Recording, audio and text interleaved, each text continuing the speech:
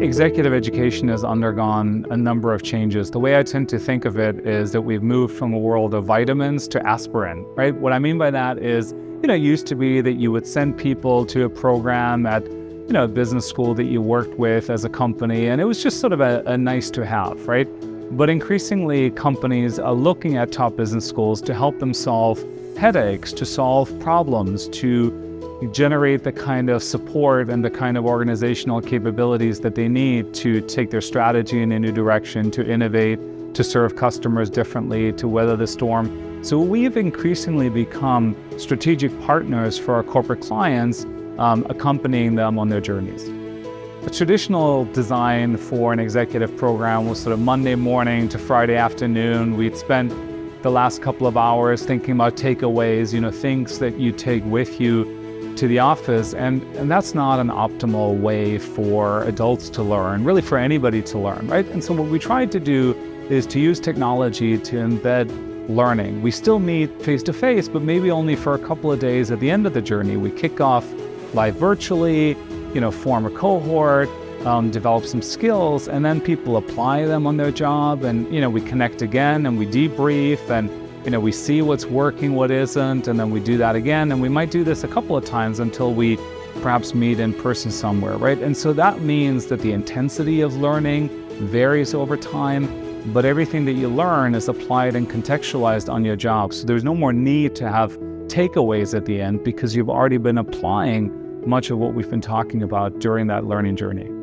Ted Lasso is a show about an American football coach who somehow ends up coaching a Premier League soccer team, right? And so clearly he doesn't know the sport very well, but he's just an excellent coach, right? Why? Because he cares about people, he connects with them, he gives feedback, right? He motivates, and that's what a good coach does, right? So clearly, education does involve, learning from people, some foundational skills, technical skills, but then particularly in management education, as we're hoping to develop leaders, we can't do it without coaching, right? You need people who observe you, who give you feedback, who give you pointers in a personalized and a contextualized way.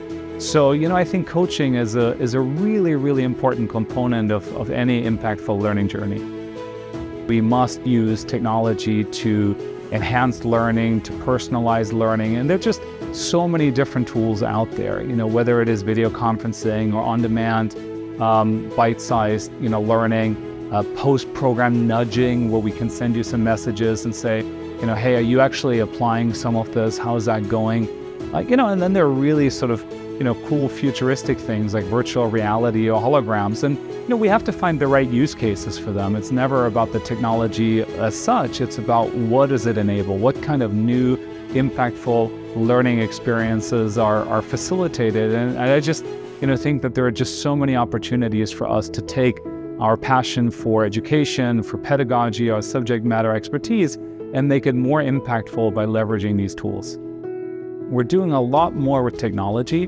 What are we doing with the data that we're generating in the process? Are we using the data to really examine what works and what doesn't? Are we then making the changes and look at the implications of those changes? Are we using data to personalize education, right? It used to be that it had to be sort of anecdotal observations by a faculty passed on to the next faculty.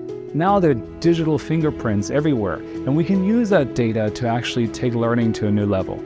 So when you look at digital transformation, the hardest thing for any organization is figuring out how to put themselves in a position where they can use data effectively. In part, that's because there are silos within organizations, some data sitting over here and some data is sitting over there. Of course, there are important privacy considerations that you have to respect. And then you just have to get into this habit of making empirical decisions, right?